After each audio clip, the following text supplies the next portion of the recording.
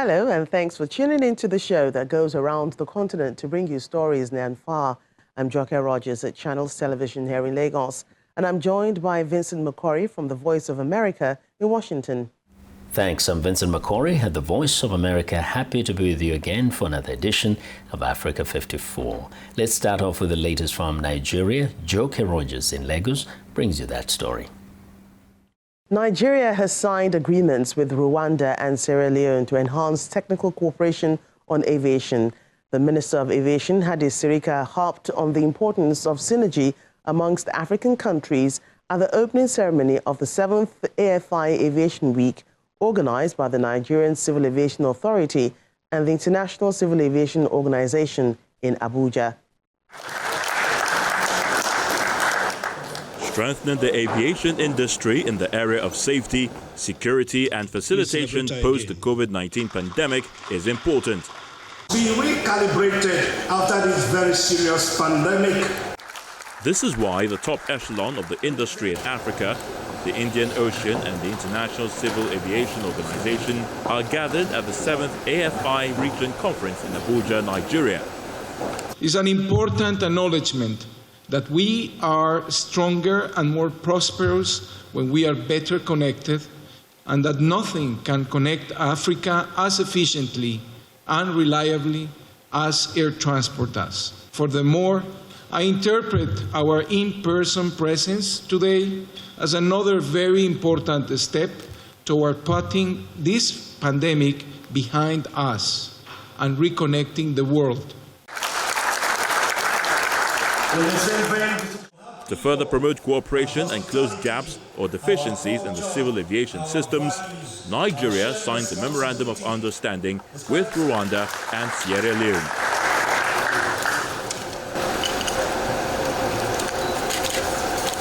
Cooperation, whether regional or international, speaks to volumes about how safe our industry is and how very well we facilitate our passengers and how efficient the sector is. Looking at aviation being the enabler, also being the causative factor for growth and development and for the robustness of our economy, these are some of the things that we do to strengthen those factors to continue to impact positively on our economy and our general well-being. DG Sierra Leone, DG Nigeria. With this regional agreement, Africa is well on its way to promoting a safe air transport industry. Joining us to discuss this is an aviation consultant, Chris Aliwe. Glad to have you today on Africa 54. Thank you. I'm happy to be here. Right, so how important are these agreements, like the one with Rwanda and Sierra Leone, in sustaining the aviation industry in Africa? Thank you. You know, the aviation industry today, apart from being global, Africa has taken a very strong position with respect to its plan for African unification. You know, Continental Free Trade Area. In African Continental Free Trade Area, the plan is to be driven by 12, there are 12 drive heads. The first is certain single African air transport market. They want Africa, before they are there, to immediately attain this objective of being single domestic market, so that airlines can fly from one point to the other without restrictions, no longer under BASA. Why they are doing this is that Africans need to move from one point to the other without restriction. It's airlines that will ensure that trade and the whole idea of a continental free trade area becomes real. And so what it involves is that African countries will immediately begin to cooperate among themselves to break whatever barriers that existed before.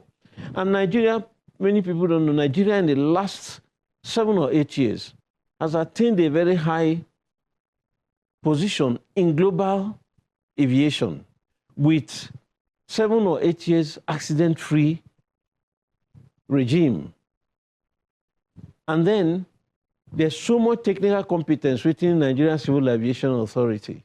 Today, we are now beginning to export competencies across Africa. The ICAO, issue, the slogan of "No country left behind." Do you think it's doing enough to develop aviation across Africa? Yes, it is. It was one thing that was very much applauded when he came in when he was introduced by Dr. Aliwe. Because what has happened is that before now, so many African countries have been behind in terms of safety and security, which is the #1 issue that ICAO looks at in terms of development of infrastructure to ensure that airline operation in Africa is safe and secure. So no country left in Africa, a good policy that is being driven by such cooperation. Another issue of no country left behind, if we can leave ICAO and go to the COVID-19 pandemic, which almost all countries in the world felt an impact from. The aviation industry took a bashing, I must say, from the pandemic. How can you rate the recovery progress so far, especially within Africa? The interesting thing is, in Africa, the world thought that the death toll in Africa will be humongous. Nobody ever believed. In fact, even in the case of Nigeria, people still don't understand how the number of deaths in Nigeria is as low as it is. Yes, South Africa had its own challenges, and some other African countries, but comparatively speaking, Africa has not done badly. Mm-hmm. And Africa keyed straight into the World Health standards and protocols, quickly keyed into it, and that was exactly what has saved African from the death toll the world expected will happen in Africa, and particularly Nigeria. So I think that at that level of cooperation between African countries, particularly drawing strength from a World Health Organization, has helped to pull us out. But the airline subsector has suffered tremendously and is still suffering within Africa. There's no airline that can stand up today and say, look, we've gone back to our original stage, or we didn't incur losses. Many airlines incurred losses, and we're only trying to come back to the stage again.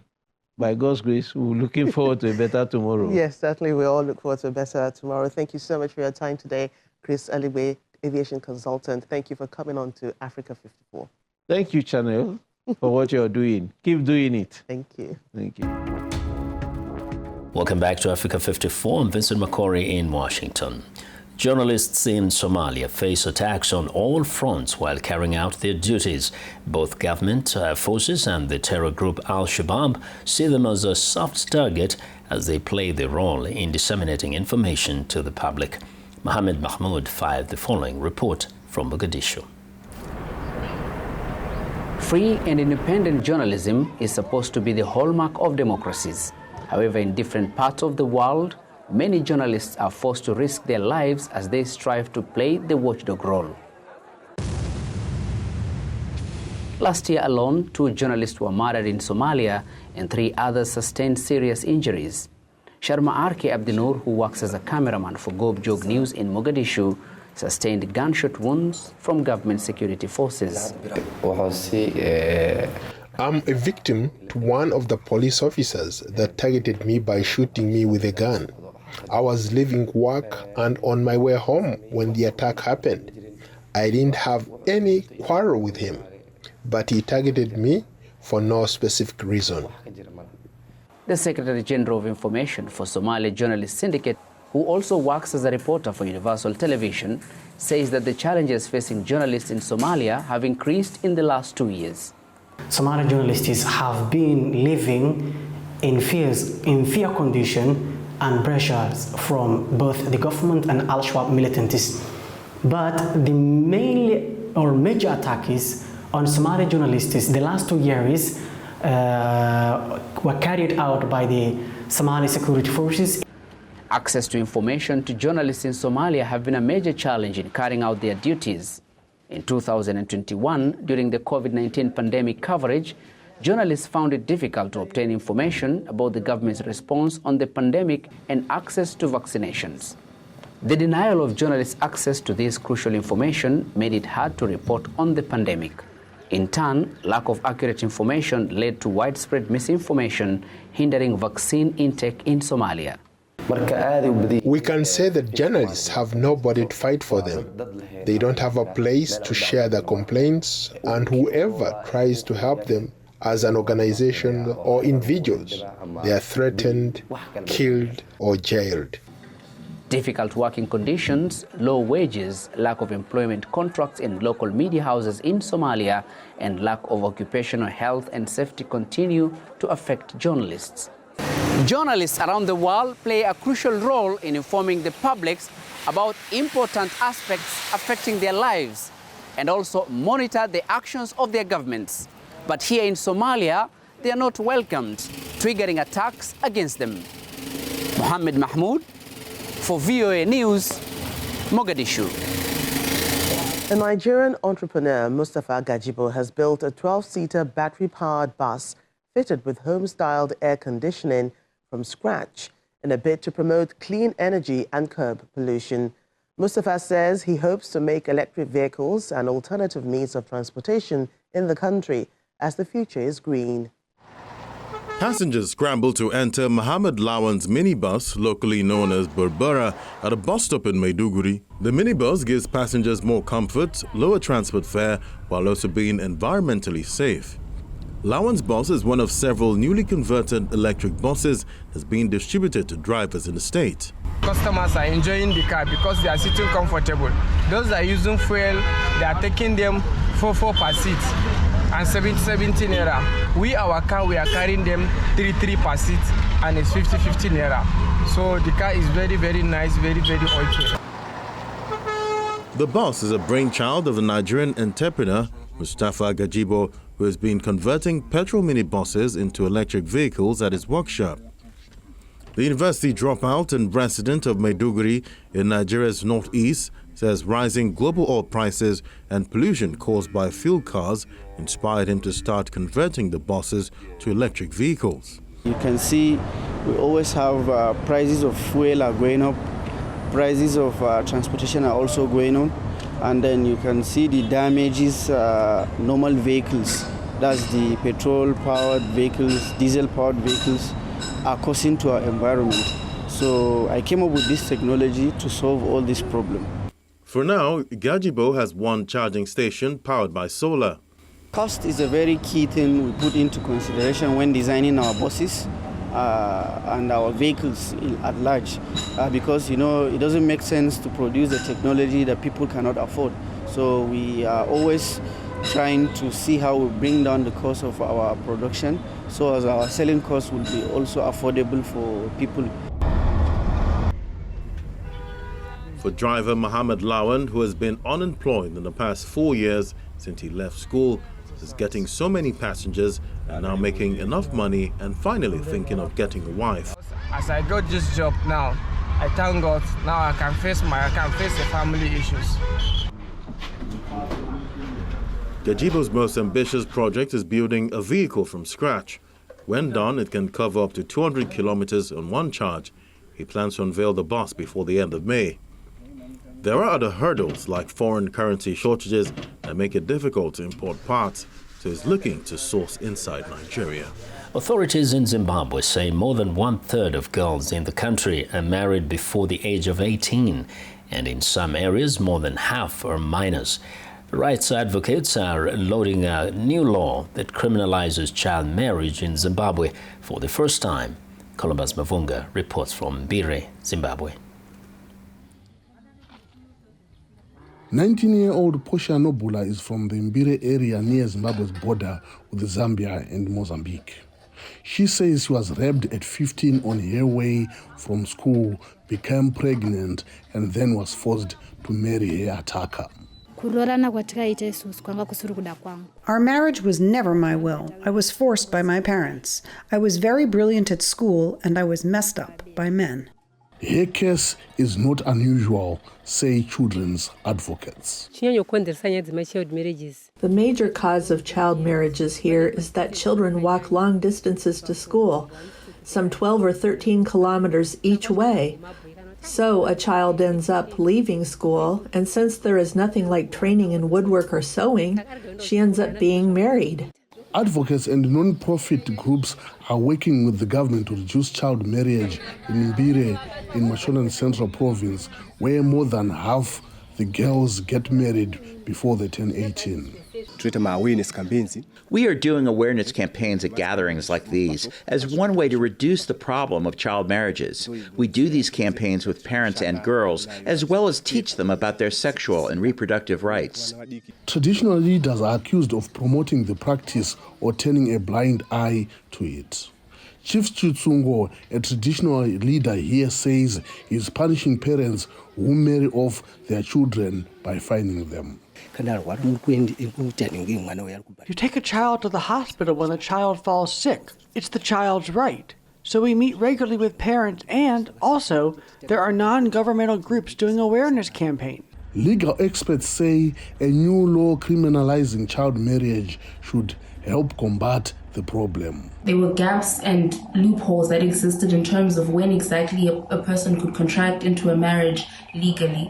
So by extension, however, there is need for the Criminal Law and Codification Reform Act to introduce a clear law that stipulates child marriages as an offense and also introduces sentencing guidelines for perpetrators of child marriages. Portia Nobula is hoping other girls will not have to endure what she has. Those convicted under the new child marriage law face up to 10 years in prison, though advocates for children's rights are pushing for a harsher sentence. Columbus Mavunga for VOA News, Mbire, Zimbabwe.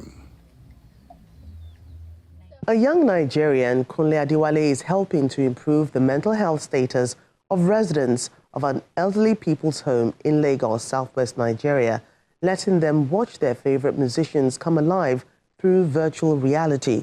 Though virtual reality cannot replace visits by family members and short trips outside the home, Adewale's project is a safe way to put smiles on the faces of these seniors and get them on the dance floor.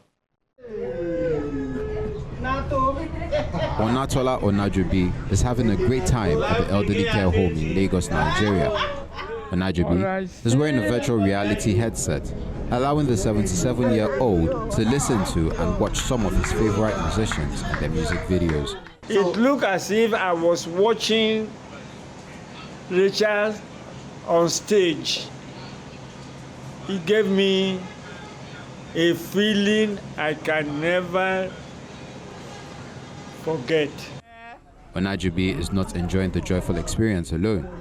Fellow elderly care home client Moradeyo Ajibade is also filled with joy and nostalgia after trying on the VR unit. I've never even seen this VR before, but this is my first time of using it. That's why I stood up and began dance. When the music entered my brain, it changed my swagger. Kunle Adewale is an artist who focuses on what he refers to as therapeutic art projects. The 40-year-old founded Tender Arts Nigeria in 2013, a non-profit social enterprise that has carried out initiatives in India, Nigeria, South Africa, and other African countries. After the death of his parents, Adewale decided to make helping seniors live the rest of their lives in happiness a priority.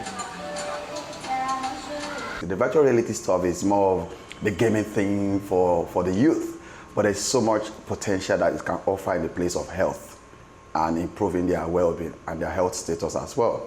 So that is why I started this. And beyond that as well, I feel like the virtual reality can help seniors to really, in place of mental health and also in the place of brain health as well. Some of these elderly ones actually have dementia, which is known as memory loss as well. But what is important is that the virtual reality can help them to connect maybe with a popular musician they grew up knowing. Mudupe Augusto runs the elderly care home and insists that people's attitudes need to change. We need to educate people and let them know that old people are not witches. Because they have white hair does not mean they're a witch. They have lived life. They were once young, vibrant, active, just like we are. And while VR can't replace visits by family and short trips outside the home, Adewale's project is a safe way to put smiles on faces and get people dancing. I don't care. I don't care.